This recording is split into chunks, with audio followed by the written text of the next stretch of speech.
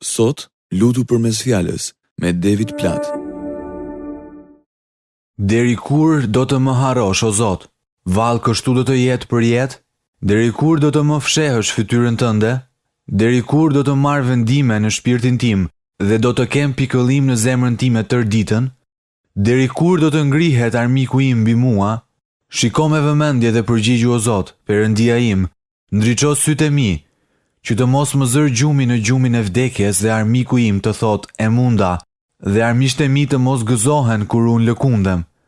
Por unë kam besim në mirësinë tënde, dhe zemra ime do të ngazëlloj në çlirimin tënd.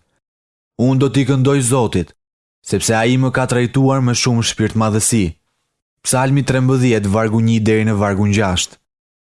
Unë doja ta lexoja të gjithë këtë psalm, që ju të kuptoni të gjithë ndjesinë e saj dhe ta lejojmë të na drejtojë në lutje. Ky është një psalm i mrekullueshëm që është kënduar përgjatë shekujve nga njerëzit e Perëndisë, në mes të vuajtjes, në mes të padrejtësisë, në mes të përshtjellimit. Dhe pyetja që kam është kjo: i dëgjuat vargjet 1 dhe 2?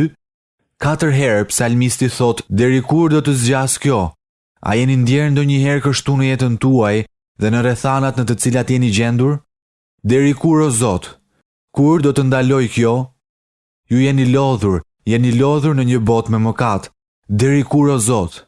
Madje keni pyetur, a do të më harrosh përgjithmonë? Deri kur do ta fshehësh fytyrën tënde? Deri kur do të duket sikur ti nuk je aty?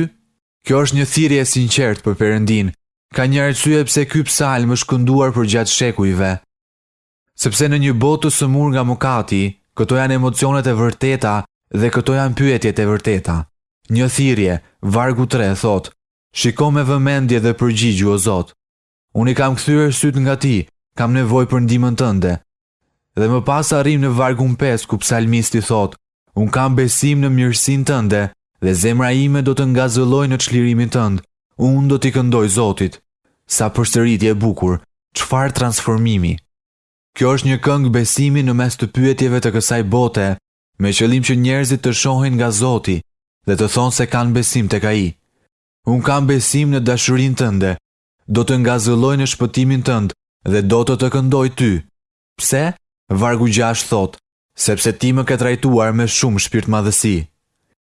Dhe nga kjo kalojmë në psalmin 9, vargu 1, ku kujtojmë veprat e mrekullueshme të Zotit dhe i kujtojmë shpirtit tonë në mes të pyetjeve se Zoti është me të vërtetë i mirë. Zoti është plot hir dhe mëshirë ndaj të gjithë atyre që kanë besim tek ai, dhe ai shpëton të gjithë ata që kanë besim tek ai. Ndaj bashkë me psalmistin e themi: deri kur, o Zot? Në shumë mënyra në jetën tonë dhe në këtë botë ne e kemi këtë pyetje. Me sinqeritet i themi ato dhe besojmë te Perëndia. Perëndi, unë lutem për të gjithë ata që janë duke na dëgjuar tani. Lutem për ata që e kanë të vështirë të kenë besim tek ti. Kjo është ajo që ndodh edhe në psalmin 13. Ne rrëfejmë që ka ditë kur nuk e kuptojmë pse ndihemi sikur ti je larg nesh. Por Perëndi, në çaste të tilla, unë lutem të na ndihmosh të kujtojmë që ti je me ne. Lutem që të dimë se ti na do dhe që dashuria jote është e patundur. Perëndi, ne të lavdërojmë për këtë frazë, dashuri e patundur. Ne të lavdërojmë për dashurinë tënde që kurrë nuk na lë, që asgjë, as vdekja apo jeta, as engjëjt apo demonët, as e tashmja apo e ardhmja, as ndonjë fuqi, as lartësitë, as thellësitë, as ndonjë krijesë nuk mund të na ndajë ndonjëherë nga dashuria jote. E të lavdërojmë për dashurinë tënde të patundur, për shpëtimin tënd që është i sigurt. Mes pyetjeve tona ne të lavdërojmë ty për sigurinë e shpëtimit që kemi në ty. Ne ngazëllejmë në shpirtin tënd, Zoti Jezus. Ne gëzohemi për faktin që një ditë ti do të kthehesh dhe do të sjell një tokë të re dhe një qiell të ri. Dhe nuk do të ketë më lot, të qara, mëkat, vuajtje, dhimbje, vdekje apo pyetje. Do të ketë vetëm gëzim në praninë tënde, në jetë të jetëve. Ndaj ne të këndojmë ty. Ne këndojmë në zemrat tona për ty, sepse ti je një Perëndi bujar. Ti je një Perëndi i hirshëm dhe i mëshirshëm. Ti ke dhënë me bollëk dhe na ke premtuar se do të na japësh me bollëk.